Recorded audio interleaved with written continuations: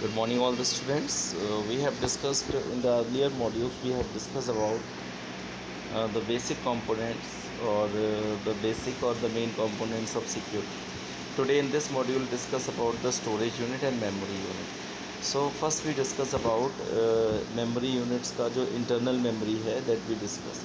Under the internal memory, it can be a main two parts. The first is random access memory, second is read only memory. देखिए दोनों में क्या difference होता है. A memory which is what you can say a memory which is volatile, which when you switch on the computers the memory has been cleansed, that is called a random access memory. देखिए अगर random access memory में किसी भी चीज़ को store करना है तो उससे रिलेटेड जितनी भी टेम्पररी फाइल्स होती हैं वो सब रैंडम एक्सेस मेमोरी में स्टोर होती हैं. ये एक इंटरनल मेमोरी का पार्ट होती है और जो कि रैंडमली एक्सेस की जाती है कंप्यूटर के अंदर, जिसको रैम बोलते हैं. ठीक है, इसका काम क्या होता है कि डेटा को स्टोर करके फटाफट जो जो काम है उसको फिनिश कराना.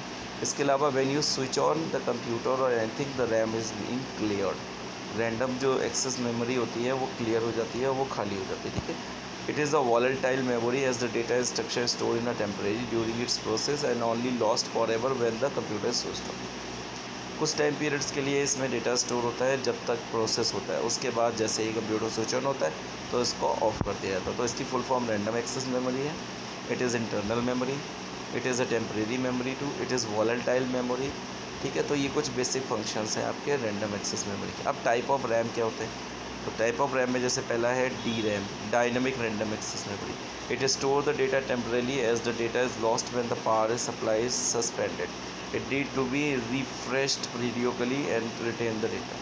ठीक है, ये एक पहले आपका डी रैम आती थी, अब एस डी रैम मोस्टली चलती है. ठीक है, लेकिन डी रैम क्या होती थी कि एक डायनामिक मेमोरी यानी रैम का ही एक पार्ट होते थे और उनमें जो डेटा स्टोर होता था वो एक कुछ लिमिटेड टाइम के लिए स्टोर किया जाता था और उसको रिफ़्रेश करने की ज़रूरत पड़ती थी ताकि वो डेटा उसके अंदर मेंटेन रहे, अदरवाइज़ वो डेटा लॉस हो जाता था. फिर उसके बाद जो नेक्स्ट अपडेट होके आई वो एस रैम आई, that is static RAM. It faster and more expensive than D RAM. It doesn't need to refresh. ठीक है, like D RAM and retain the information. It loss the data when the power is turn on. तो जहाँ पे पहले एक problem ये हो रही थी कि रैंडम एक्सेस मेमोरी में data is generally being stored over there, but the problem is when you need to refresh in the DRAM. Here that problem has been resolved in SRAM. ठीक है, अब आप जो now time currently we are using DDR. तो देखिए S D RAM क्या होती है? Synchronous dynamic random access memory. It is use to synchronize the interface between the transmit large amount of data in high speed. ये क्या करती है? दोनों रैम के कंपेरेटिवली डेटा का ट्रांसमिशन जो है वो बहुत तेज़ी से करती है. If improve the efficiency as data is delivered in the shortest duration. और स्पीड्स को बढ़ाती है. अब डी डी आर जो होती है, DDR1, DDR2 now day you can see. तो it is majority used in a internal platinum 4 system. It required the less power and has the speed which is double than the SDR. देखिए अब ये जो नीचे की दो RAM हैं उनका फंक्शन तो वही है कि when the computer is switched off the data will be removed out from there, but the both are as per the speed of the transmission of the data. तो डेटा को store करने की speed और data को transfer करने की speed जो सबसे ज़्यादा है आज के टाइम पे वो DDR रैम की है. अब नेक्स्ट है read only memory. Read only memory, it is memory which is information can only be read. देखिए ये आपकी परमानेंट मेमोरी की कैटेगरी में जाती है. It is also internal memory. It is being install in the form of the chip in the computer. ठीक है, और where as the RAM information can be read from all returns. ठीक है, RAM के अंदर इंफॉर्मेशन जो होती है वो रीड भी की जा सकती है, राइट भी की जा सकती है और डिलीट की जा सकती है. But that memory can not be deleted by the users. हम लोग उसको डिलीट नहीं कर सकते हैं. जो मोस्ट इंपॉर्टेंट इंस्ट्रक्शंस होते हैं जैसे कंप्यूटर को कैसे स्विच ऑन करना है, हार्ड डिस्क को कैसे फंक्शन कराना है, ठीक है, और कीवर्ड्स को एक्टिव कैसे करना है, तो these all are the basic instruction and that is store inside of that. ठीक है, रोम के अंदर ये सारे स्टोर होते हैं. ठीक है, it is non volatile. Non volatile इसलिए क्योंकि ये रिमूवेबल नहीं होती है, इसलिए ये परमानेंट की कैटेगरी में जाती है. Data store in RAM can be either modified और नॉर रिमूव. ना इसको आप मॉडिफाई कर सकते हो जो उसके अंदर डेटा स्टोर है, ना ही रिमूव कर सकते हो. जैसे एग्जांपल के लिए मान के चलते हैं कि किसी के पास सपोज टेलीविज़न है या कुछ और है, तो उसमें जैसा भी डेटा है वो उसको ना रिमूव कर सकता है कि उसके अंदर जो ऑपरेटिंग सिस्टम है उसको रिमूव भी नहीं किया जा सकता है, ना ही हटाया जा सकता है. ठीक है, तो these are the work of the ROM. और primary use of the ROM is during booting process. जब आप बूटिंग करते हो तो कैसा सिस्टम ऑन होना है, क्या होना है, वो सब जो मोस्ट इम्पॉर्टेंट बेसिक इंस्ट्रक्शंस होते हैं, जैसे that all instruction are being store inside of the this ROM. ठीक है, अब आइए टाइप ऑफ रोम्स। तो टाइप ऑफ रोम में वही है, पहला पी रोम। पी रोम कुछ ऐसी रोम्स होती हैं जिसमें आप कुछ हद तक प्रोग्रामिंग कर सकते हो, but you can not do this, only the programmer can do that. कि कोई भी ऐसे इंस्ट्रक्शन जो आपको कंप्यूटर में परमानेंटली स्टोर करने हैं, ठीक है, तो आप उसको रोम के अंदर स्टोर कर सकते हो। देखिए, the content stored in a P ROM can be programmed using a special device known as PROM programmer. It can be programmed only once and that at time the manufacturing and cannot be modified later. PROMs provide a faster and lesser expensive. यानी PROM ऐसी होती हैं जिनमें एक specific language होती है, उसी language के बेसिस में आप उनके अंदर प्रोग्रामिंग कर सकते हो और उनको स्टोर करके रख सकते हो, और एक बार उसके अंदर जो प्रोग्रामिंग हो गई उसको बदल नहीं सकते। उसके बाद अगर बदलना है तो आपको पूरी रोम बदलना है। ऐसे आपका EPROM होती है, तो वो इरेजेबल होती है, जैसे पहले और इसमें सेम है, लेकिन जो पहले में एक बार जो लिख गया दैट इज़ फाइनल, फिक्स्ड हो गया, अब वो चेंज नहीं हो सकता है, वो पूरी डिवाइस बदलनी पड़ेगी। But if we talk about the EPROM, तो EPROM में क्या होता है, its can be removed the erase the program repeatedly with the help of the specialized software.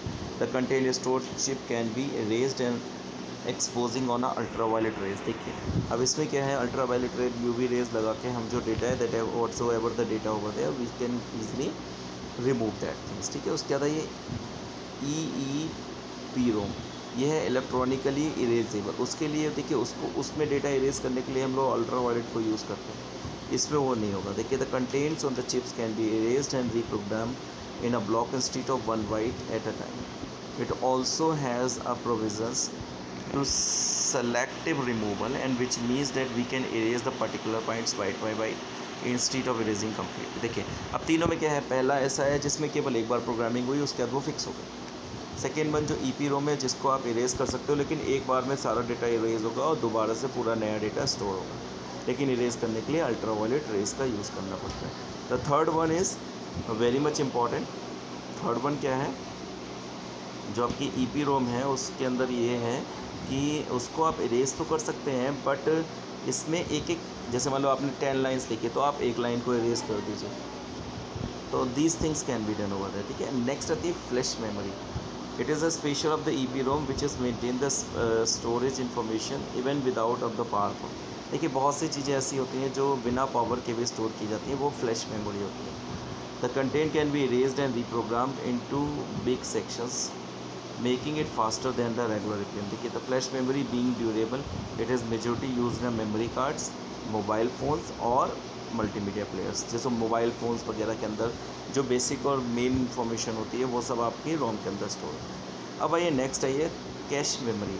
Cash memory is also known as the special high speed memory. इसको भी एक flash memory का ही type दिया जाता है, लेकिन ये basically the memory of CPU होती है। जैसे एग्जांपल के लिए रैम के अंदर हम लोग डेटा स्टोर करते हैं, तो इसके अंदर हम क्या स्टोर करते हैं, इसके अंदर हम लोग इंस्ट्रक्शन स्टोर करते हैं। देखिए, high speed memory which can either be inserted और ऑन अ मदरबोर्ड और made for the part of the CPU। ये पार्ट ऑफ द CPU भी होता है या फिर एक एक्स्ट्रा भी स्टोर होता है। The CPU uses the cache memory to store the instruction that is repeatedly required to run the program. जैसे CPU इंस्ट्रक्शंस भी लेता रहता है, तो वो डेटा स्टोर करने के लिए CPU रैम को यूज़ करेगा और इंस्ट्रक्शन स्टोर करने के लिए अपनी पर्सनल कैश मेमोरी को स्टोर करेगा, दस improving the overall system speed. तो इसकी वजह से क्या होता है, सिस्टम की स्पीड बढ़ जाती है। The cache is much more expensive than RAM, but is well worth getting the CPU motherboard and inbuilt the cache is order to maximize the system. ठीक है, ये महंगी होती है, लेकिन ये जनरली CPU के साथ ही अटैच होती है। अब हम बात करते हैं एक्सटर्नल मेमोरी। एक्सटर्नल मेमोरी ऐसी मेमोरी जिसको आपने एक्सटर्नली अटैच किया है computer.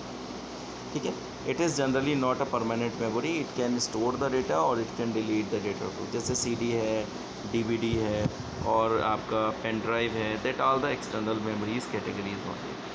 The next and the last topic of this chapter is units of memory। तो if we talk about the units of memory, तो whatsoever the data you are storing inside of the computer, it is being generalized by one only। तो one line when you write and whenever you write a single word, so the one words is equal to the one byte। the one word is considered to be a one byte। और सबसे छोटा जो storage होता है वो आपका होता है, उसका सबसे स्मॉलेस्ट जो होता है वो होता है बिट। ठीक है, बिट सबसे स्मॉलेस्ट होता है, और बिट के बाद जो नेक्स्ट आता है वो आता है nibble. Then nibble 4 bit is equal to 1 nibble, and 8 bit is equal to 1 byte. Then kilobyte, that is called kb, then megabyte, that is mb, then gigabytes and terabytes, ठीक है। तो these are the units of storage, कि आप जब कोई भी hardware storage को purchase करने चाहेंगे तो you can take a look over there, ठीक है। And then after the question answer of this chapter is also being there, and you have been suggested that find out the answer of these specific questions and write the answer of these questions in your notebooks, ठीक है। Thank you very much. For any query you can contact me, right the comments in the comment box. Thank you.